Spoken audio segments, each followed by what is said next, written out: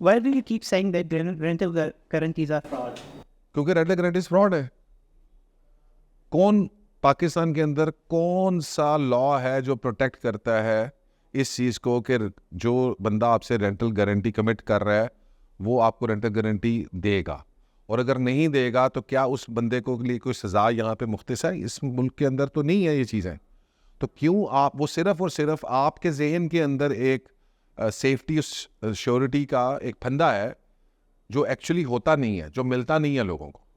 एक तो ये रीज़न है। दूसरा रीज़न ये है कि जी कि रेंटल गारंटीज बाज़ इतनी कम है कि मार्केट के अंदर वो प्राइसेस ऊपर चली जाती, 10% से ऊपर चली जाती। For example gold crest mall के अंदर जब हमने अपार्टमेंट बेचे तो हमने बेचा, जो 90 लाख का अपार्टमेंट बेचा वो आज 1.25 लाख रेंट दे रहा है। ये 15% बनता है। अगर जिस बंदे ने रेंटल गारंटी ली होती तो उसको 70-75 लाख रुपए मिल रहा होता। तो कौन बेहतर था? जिसने रेंटल गारंटी नहीं ली वो उसको फायदा हो रहा है ना, जिसने ली है उसको तो फायदा नहीं हो रहा। तो सिमिलरली एक तो बात यह है कि जब आप रेंटल गारंटी लेते हैं, और ये नहीं है कि उन प्रोडक्ट से रेंट नहीं मिल रहा होता, रेंट मिलता है उन जगहों से, लेकिन इंसान लालची है। जो रेंटल गारंटी देता है वो कहता है यार मैं क्यों 75,000 दूँ, मैं क्यों 80,000 रुपये दूँ, मैं इसको 50,000 दूँ, ये बंदा सह लेगा, मेरे खिलाफ कोई कार्रवाई नहीं करेगा, मेरे को 50,000 देता हूँ। मतलब ये नहीं चढ़ेगा, नहीं हो रहा, रेंट आउट नहीं हो रहा, रेंट नहीं आ रहा है ना, ठीक है, बिकॉज आपने तो सब कुछ उसके साथ एक एग्रीमेंट करके सब कुछ उसके हाथ में दे दिया। आप उसको सिस्टम में आप उसके साथ वो आपको कोई भी पाकिस्तान के अंदर कोर्ट की रूलिंग्स उठा ले, चीज़ें देख ले, जस्टिस क्या कहते हैं, justice delayed is justice denied.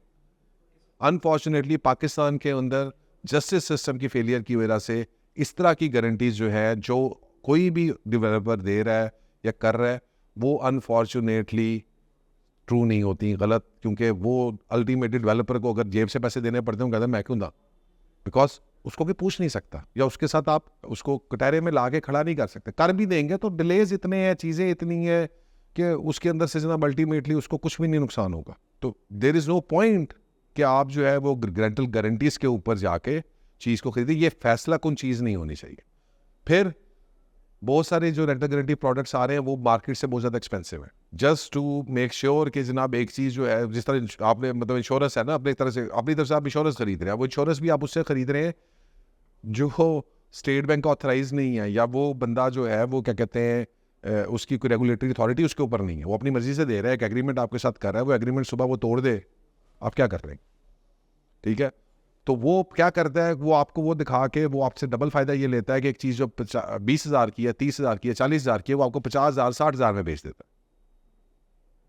और लोग जो है वो फुद्दू लगते जा रहे हैं। वो कहते हैं ना कि जनाब लालचियों के शहर में ठग भूखे नहीं मरते। तो यहाँ पे भी जो है ना हमारे लालचियों के शहर में रेंटल गारंटी वाले भूखे नहीं मरेंगे।